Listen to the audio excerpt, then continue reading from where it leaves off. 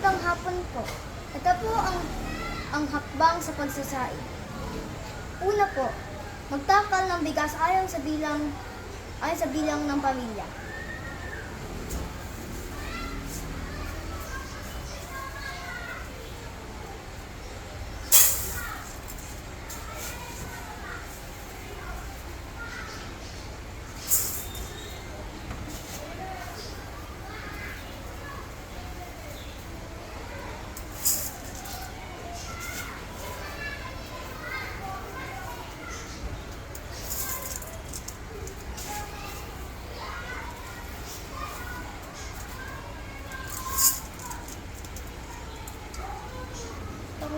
Pangalawa po, hugasin po ng bigas ng mabuti.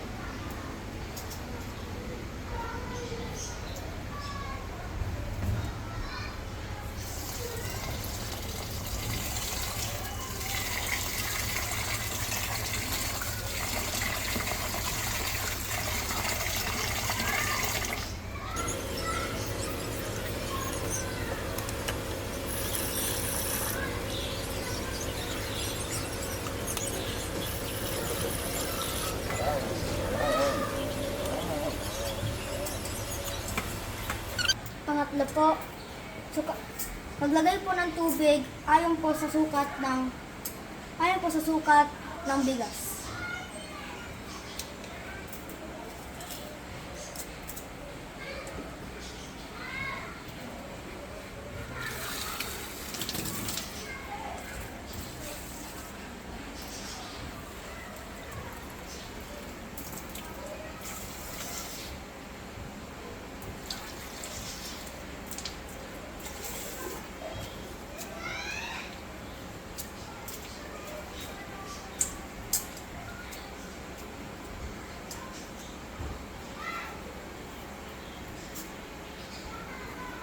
At saka pang-apat po, lagay po sa rice cooker ang kinaka niya pong bigas at initin niya po para magsaing na po.